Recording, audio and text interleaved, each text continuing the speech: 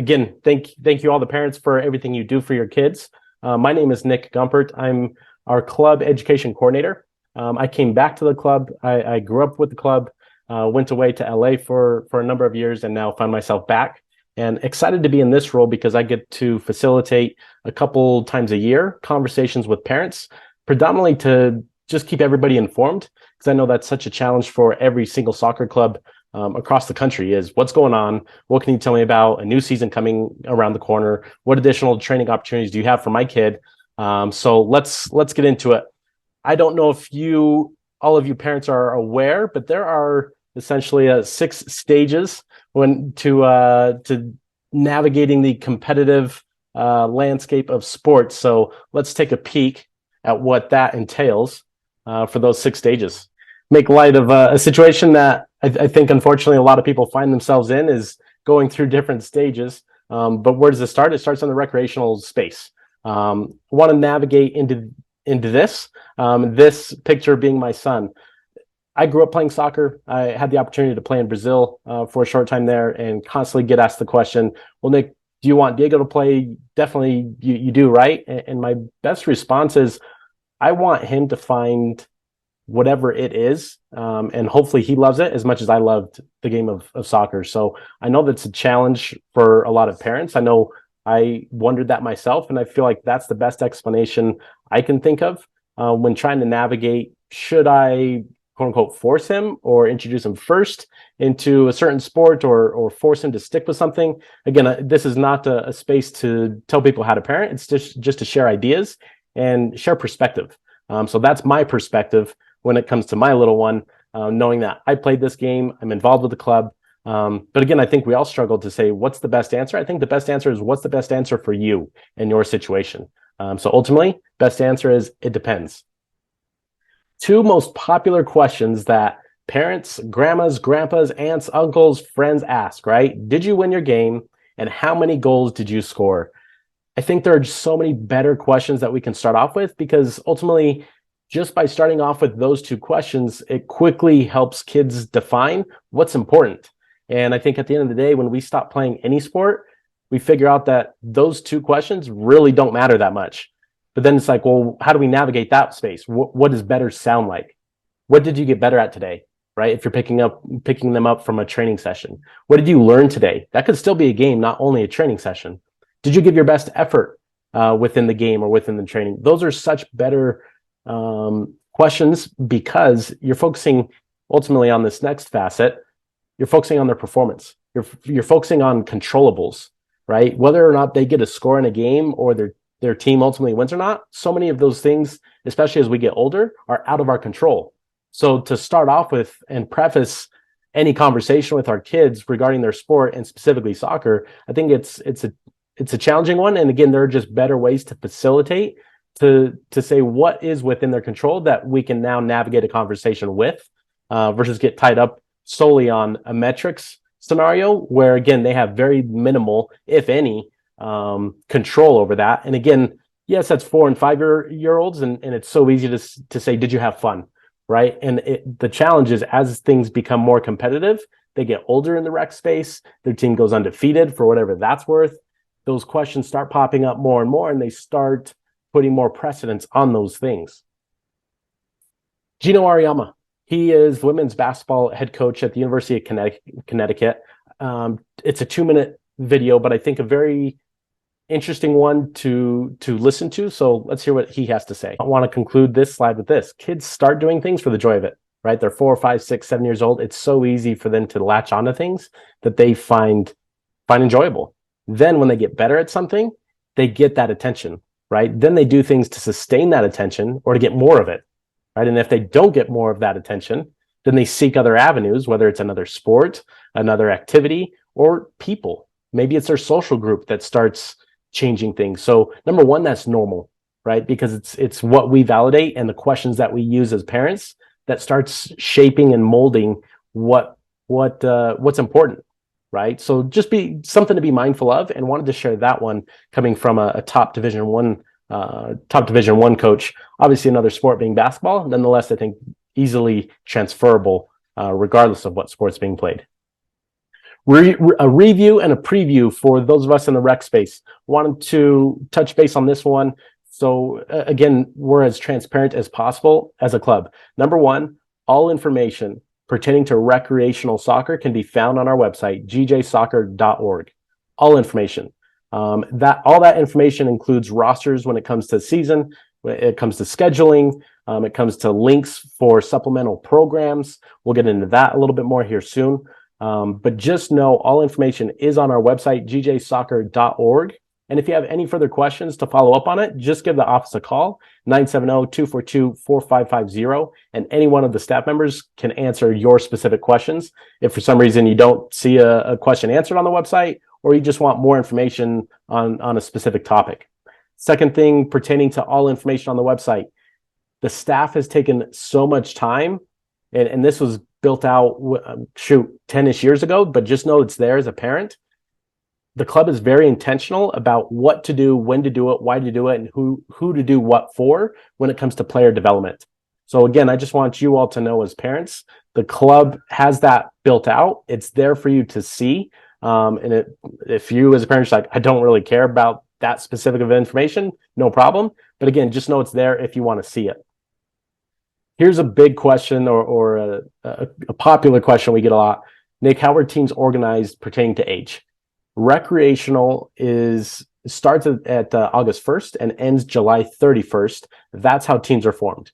You may see exceptions to that rule when a kid is born within a week on either side of that cutoff date. So there are exceptions to that rule. There again, that would warrant maybe a phone call if you are that parent saying, they were born, July 28th. Can we get them with that older group? Something to be mindful of, again, as parents, but those do happen, but they're few and far between. But that's how recreational teams are organized. Start date is August 1, end date is July 31. When do they move to competitive? Another very popular question we get, trying to navigate that recreational soccer with, okay, it's time to move on, or my kid's ready, or whatever, however you want to define that. U11. U11 is that age. So they're moving into 99. That's your cue, right? And know that when they move to competitive, now their teams are sorted by birth year. So it does not correlate with recreational start and cutoff dates. So know that as parents. Does that make sense? No, but that's the way the higher powers have made decisions. That is not a Grand Junction Soccer Club thing. That is a statewide expectation and standard. So they are different. Now becomes the challenge as a recreational parent. Should I hold my kid back to end another rec season, or should I push them into competitive because they're now old enough? I think best answer, as I alluded to earlier, it depends. What is your son or daughter's interest level? What is the quality of play in terms of their ability to impact a game when they're 10 years old? Are they a player that they're on the periphery and they like doing it because they have that friend group? Or are they all about it and they want to become better and they want to be surrounded by more like-minded players, right? So I think that's one to be aware of as a parent as you're navigating that space. But know this too, that the ages between 9 and 12 is such a significant time for any player in any sport to start accelerating their foundational skills. So by holding him back in rec one more year, the experiences they won't get is that professional coaching, is that training 3 times a week versus just 1 or 2 times a week in the rec space. Yes, there's travel involved. Yes, there's more cost involved. There again, it's what's the give and take? And does that make sense for our family and our situation? And I think we can agree every family's in a little bit different space and a little bit different place. But again, know that transition, that first year kids can go to competitive is U11. But again, at competitive, now they try out pertaining to birth year. So it's all kids in the 2013s are on a team, regardless of when they were born in 2013, right? So that's a big differentiator. What else from a club or a recreational standpoint? Training standards. Between the ages of U5 to U7, 1 time a week is the standard that we communicate to those coaching in the recreational levels. Can a team train twice a week? Yes, but again, that's definitely not coming from us. U8 to U11 at the recreational level, 2 times a week. Okay, that's the recommendation for our volunteer coaches. We are at FireRC age specific and gender specific. We do have, or not do us personally, but we're aware of other soccer associations in the Grand Valley that do play co-ed or mix age groups. Some of that's by necessity. I would assume more of that is by necessity, just based on numbers. Just know that FireRC does create teams based on age and gender specific when it comes to that. Fees. Here's a popular one. What do my fees pay for? Your fees pay for game fields, not training fields. That's a big one. Your game fields are at Canyon View Park. So your fees partially pay for the ability to use Canyon View Park, game specific.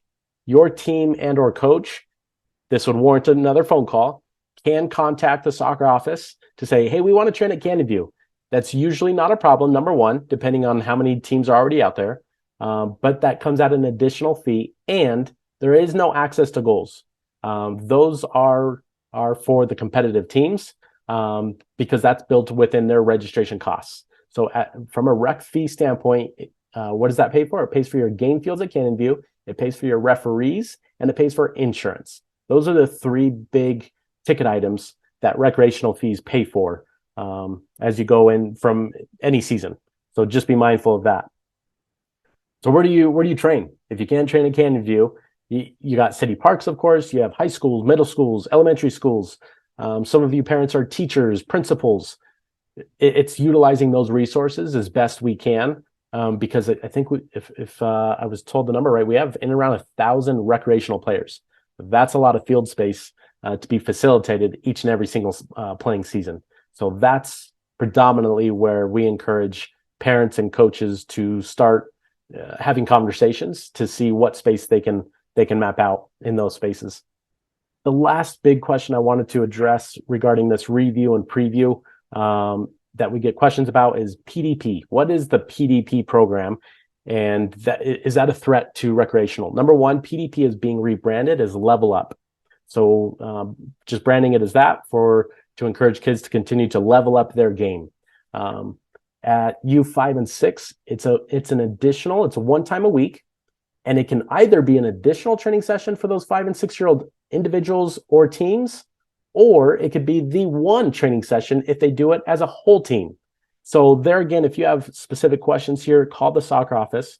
But Level Up at age 5 and 6 is one time a week, and it can be that one training session. So if you have a volunteer coach that's like, I have no idea what I'm doing, they can set that up. And now they have professional coaching at no additional cost to facilitate that one training session a week. U7 and U8, Level Up is offered one time a week. Again, to supplement the one training session that recreational teams have, or it can take the place of. There again, it's flexible. A couple details within this Level Up program: 7 and 8-year-olds will train for 1 hour. 5 and 6-year-olds train for 45 minutes. Those Level Up training sessions are at Canyon View Park. So that's 7s and 8s. 9s and 10s. You can do Level Up if you're playing recreational 2 times a week. Those are each 1 hour training sessions, and those are in addition to your team training sessions. So a kid could potentially train 4 days a week. A lot of times those training sessions conflict, so then it becomes a balancing act a little bit. Hey, we train the exact same times as Level Up. Maybe they go to Level Up on a Tuesday, but train with their team on a Thursday if they conflict both days during the week. So things to be aware of as a parent as you're navigating additional supplemental programming that FireRC offers. Again, I'm stressing this Level Up program because there's so much uncertainty and so many questions that come at us every single season to say, hey, what is it? It's a supplemental training program where we have our professional licensed coaches leading the training sessions. And that's ultimately what it is. It's to help accelerate and stimulate the development especially for those kids that say, I love soccer right now. This is my sweet spot. So 9s and 10s, they can do 2 days a week, or at 9 and 10, they can just be Level Up specific, meaning they train 2 times a week within that space, and they have a third training session with the Level Up team. Okay, so they would train 3 days a week. With that option, they can also choose to play tournaments. I said choose to, they don't have to. The level up teams do participate in 3 tournaments per year, 1 in the fall, 2 in the spring. That is not mandated, so that should not scare or deter families to say, can't or don't want to go to those tournaments, so we're not doing level up.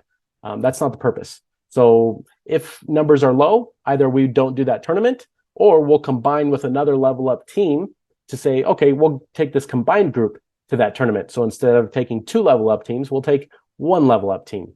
So again, there is flexibility within that option of training. Know that those tournaments do come at an additional cost, right? So just know that your recreational fees do not cover those options. Additional training. Get that question often. Hey, we're winding down season. My kid loves it. What else can he or she do? Additional training that's coming up specifically this summer. We have a 4v4 league that'll take place at our indoor facility there off Printers Court. It'll be from U4 to U14 ages. So again, that'll be for recreational players. If they're getting older and they say, hey, I like goalie, we've got a goalie camp specifically for those individuals this summer. During the winter, we have our winter skills. We have rec skills clinics. And again, I just mentioned the Level Up program that does coincide with the rec season. So those are the supplemental staples that we offer at Fire FC for our recreational program. I want to wrap up with this facet of it, club information. The monthly newsletter just came out yesterday for May. That got started back up in March. So if you have no clue what I'm talking about, know that we have a March, an April, and a May newsletter. You can email gjsoccerinfo@gmail.com if you're just like, I want to see that newsletter. What's that about? We have information for you as parents. What are some tidbits to know as parents? What's going on in the rec world? What's going on in the club space? We have a specific segment in there for our Spanish speakers. So we cover, I feel like, most, if not all, of our levels with regards to our membership. So know that comes out once a month and gets shared via social media as well. That's the main spot, is Instagram, Facebook, and YouTube. So be on the lookout for that if you did not know that. We'll have these 2 meetings a year, one in May and one in November, just to keep parents in the loop of what's going on, specifically in your space being the recreational world. We also host 2 meetings a year for our recreational coaches. The one we did this year was in March, and the next one I believe will be in August. So know that your volunteer coaches do get that assistance. Again, it's not often, but we also have resources on our social media platforms to be an extension of a resource there as well for those coaches. Share your wins.